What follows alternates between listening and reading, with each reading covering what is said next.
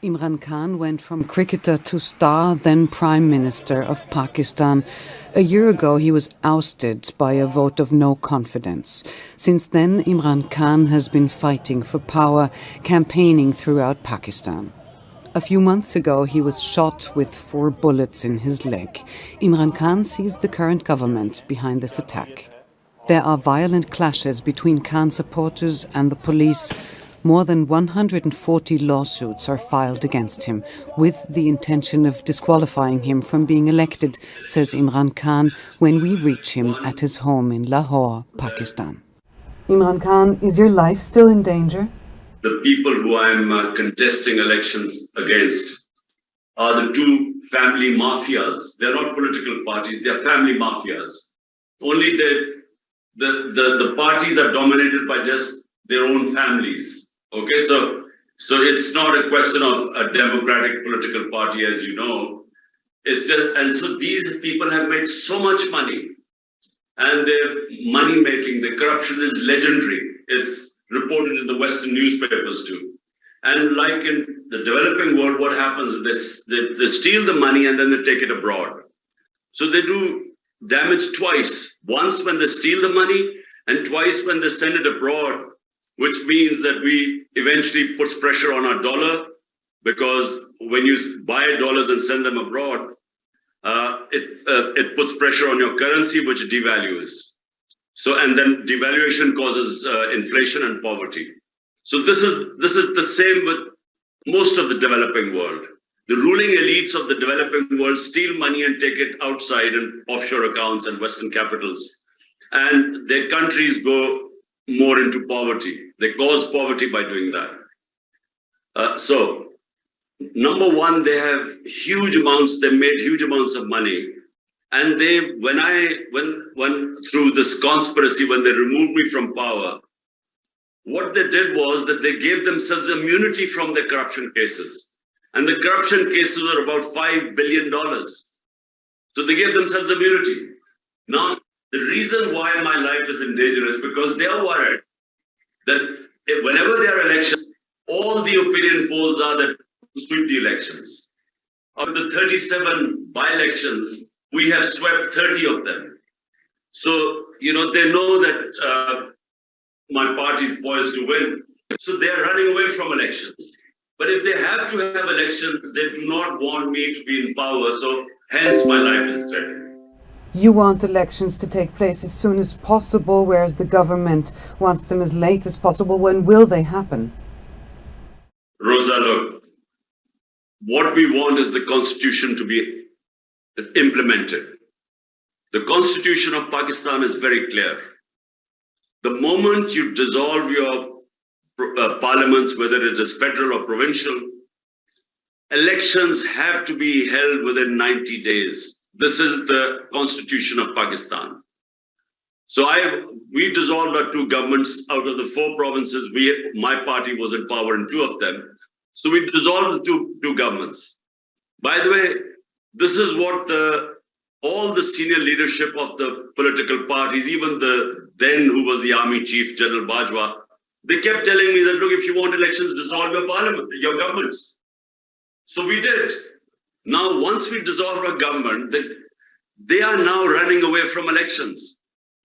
They refuse to hold elections in 90 days. We went to the Supreme Court.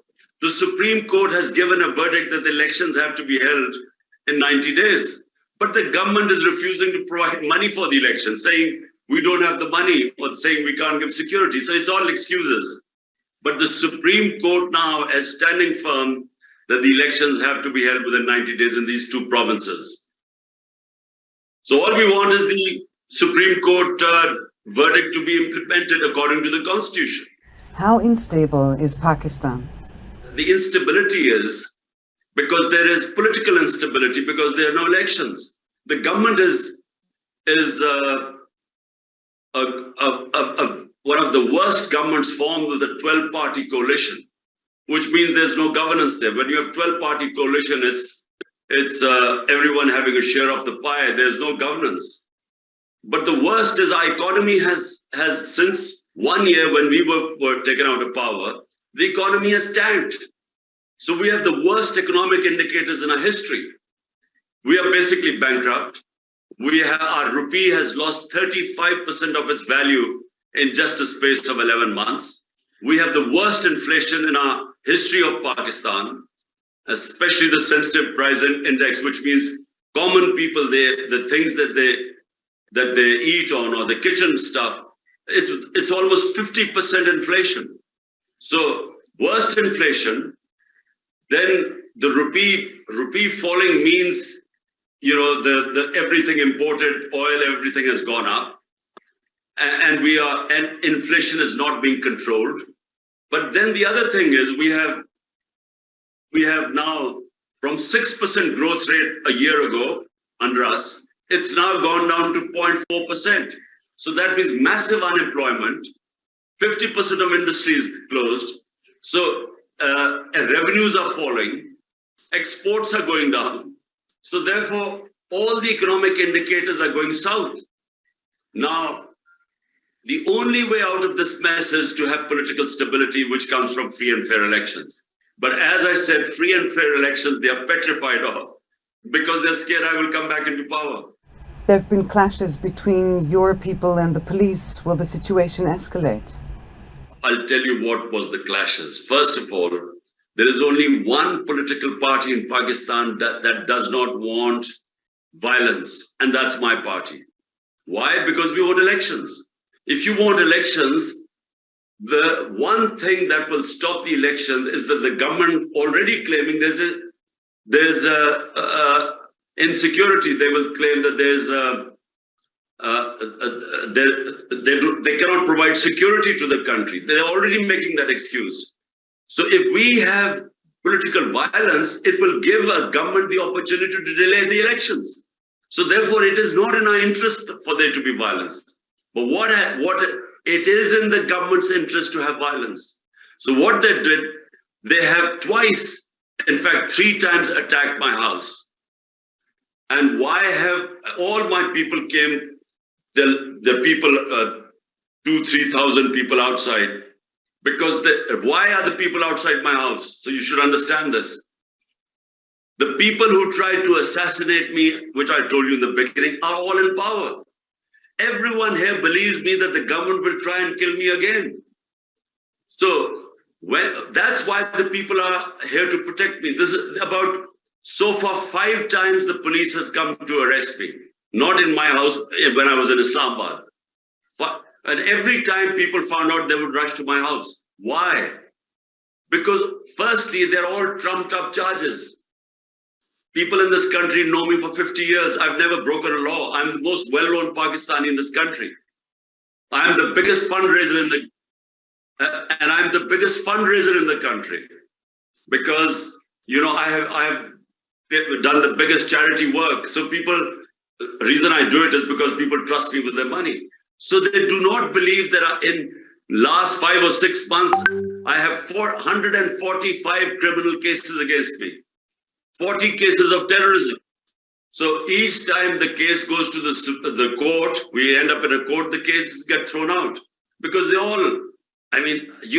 even a hardened criminal cannot have 15 criminal cases in one day. Even the worst terrorist cannot have committed so many crimes in such a short space of time. So no one believes it. People come outside because they realize that once they arrest me, then they will take me to prison, and people feel that they will kill me there, they will poison me. So everyone feels that because they've tried to do it once before. Pakistan's economy is in free fall and has no deal with the IMF. We have to have IMF because we don't have dollar reserves. So that means we need respite, until we can generate our own dollars. We need IMF's help. But what we want to do is to have our own program which we can sell to the IMF, rather than the IMF standard prescription. The problem with IMF is that they tighten everything and they curtail the growth rate. And when your growth goes down, your wealth creation goes down, it takes away your ability to pay your debts. If in a house I have got debts, the only way I can pay my debts is if I have earnings. But if you curtail the growth rate, which means your wealth creation, how are you going to pay your debts? Because they just keep increasing. So we are coming up with a program, and we will, if and when, God willing, we come into power, we will have our own program with the IMF, what we intend to do.